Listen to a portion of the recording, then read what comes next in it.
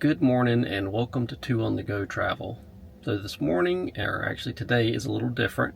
We are actually heading up the road for Christmas to visit family and friends and stuff up the road. And we are actually, as you may have noticed in some of our videos, we do own an electric vehicle.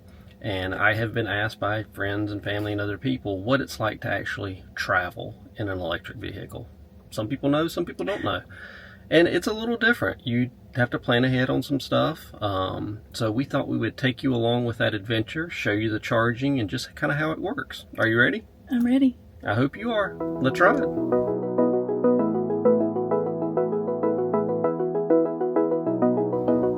So we've made it up here to Starbucks to grab something to drink and a little breakfast before we hit the road. So just to kind of show you how it works when you're traveling with an electric vehicle.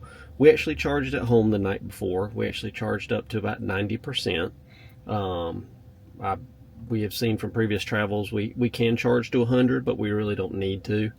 But since we stopped up here, what we would normally do is we would just go to navigation up here, and we basically tell it where we want to go. We're actually going to Lexington, South Carolina. You can put in the exact address. And then it pops up how many stops you're going to have to make, and it tells you what the charge is when you'll get there and how long you'll actually have to charge while you're there. So it actually had 4 stops on there. So typically we have done it in about 3 stops. So sometimes if you're there charging, it may say to only charge like 17 minutes. We may charge for 30 minutes, and at that point the car will actually recalculate, and we'll show you as we go, and then we can actually go further. Like I said, we've actually done it in about 3 stops. I don't know that we've ever done it in 4 stops, so it's probably just doing some quick, short, quick charges.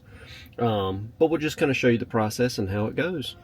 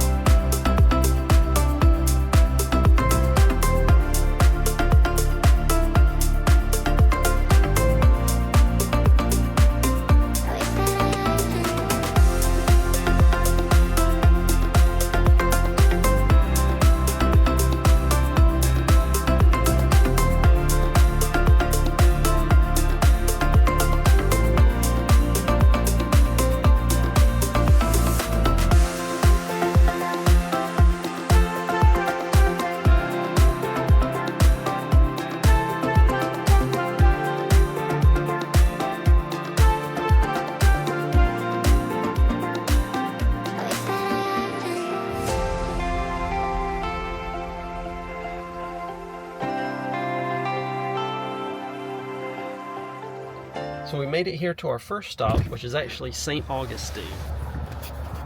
So we've actually backed into the parking place here. And basically all you really have to do is just grab the charger here, press the button right there on top, and you plug it in. The light should be flashing right there, blue. It should turn green. Now you know it's charging. You can hear the machine start cranking up. So now when we come back in the car, you can actually see up here at the top, it says 11 minutes remain to continue trip. So it basically means we just sit here and charge for 11 minutes and we can continue on to the next stop. But we actually said, we'll actually probably sit here. We may actually charge, since we're actually at a Buc-ee's and it's a lot to look at in here. We may actually sit here and let it charge for a bit longer. We're going to run into the restroom, maybe get something to drink. And it'll actually probably charge longer than what it needs to, and then we'll hit the road, and maybe we'll actually have to stop maybe 2 more times. So we just got back in the car. We were actually only in there maybe 20-25 minutes. We looked around some, but the car, it just kind of shows you how quick it's charged. It's already charged back up to 80%, almost 80%, which is way past what we needed to get to the next stop. But like I said, it doesn't hurt it. So we're actually just gonna stop it and head on up the road.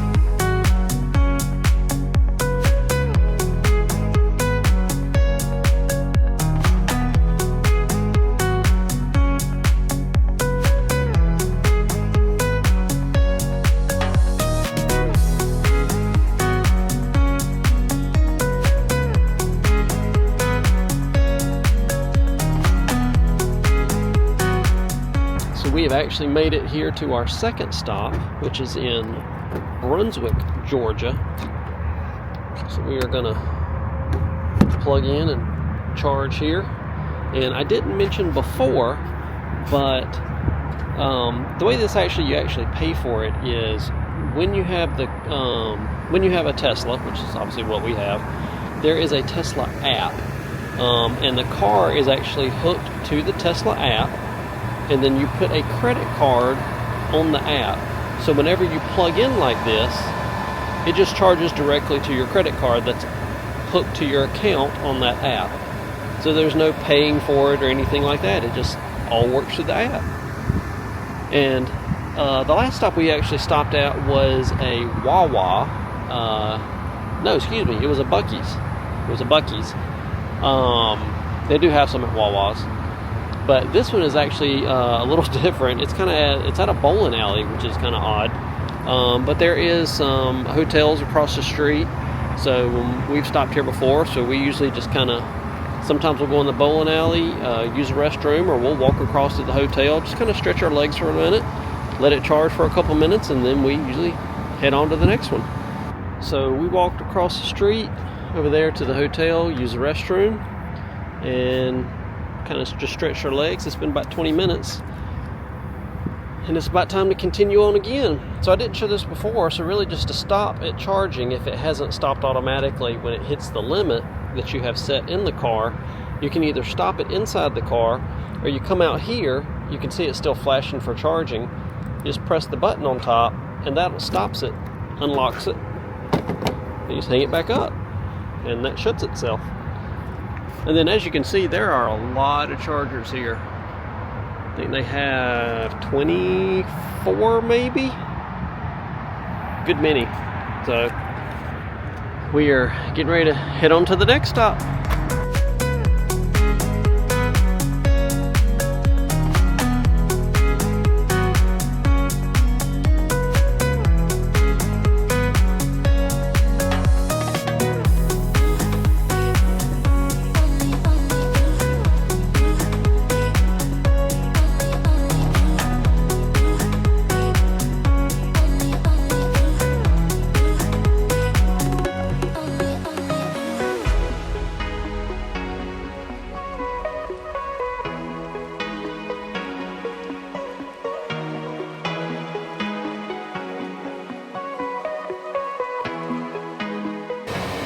Well, we've made it here to our fourth and final stop.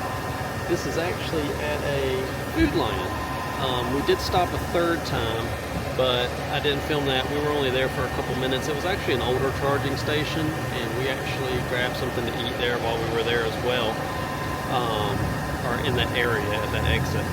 But but as you can see, this is a Food Lion parking lot. There's just some charging stalls here.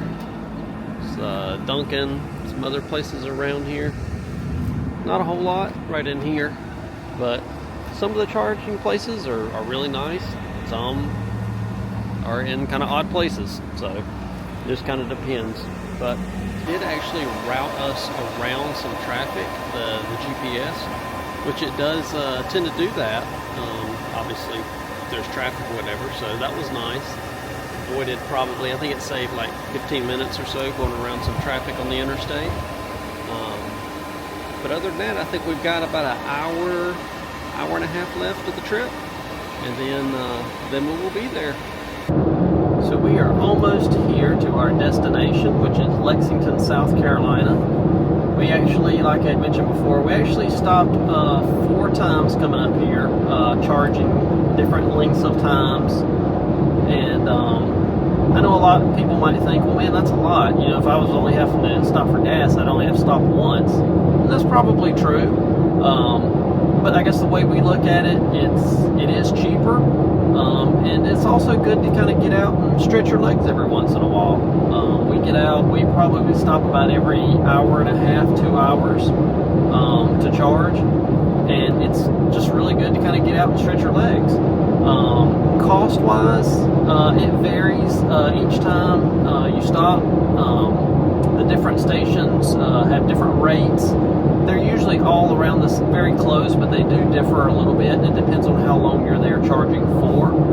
But I would say on average, probably $12 to $15 each time you charge. If you're just charging there for a couple minutes, obviously that's not going to be that much. But to actually get a decently halfway, 3/4 charge for the amount, what you usually do to kind of continue on a trip, probably $12 to $15. So really for us to come up here, you know, somewhere between probably $40, $60, somewhere right in there. So it's really not that bad.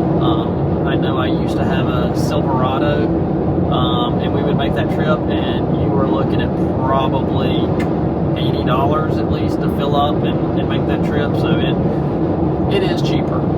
But I think that's kind of where we're going to wrap this little vlog up. If anybody has questions, anything about EV charging, driving, owning one, I am more than happy to try to answer them as best as I can if you want to leave comments or anything below. Other than that, we will see you next time. Bye.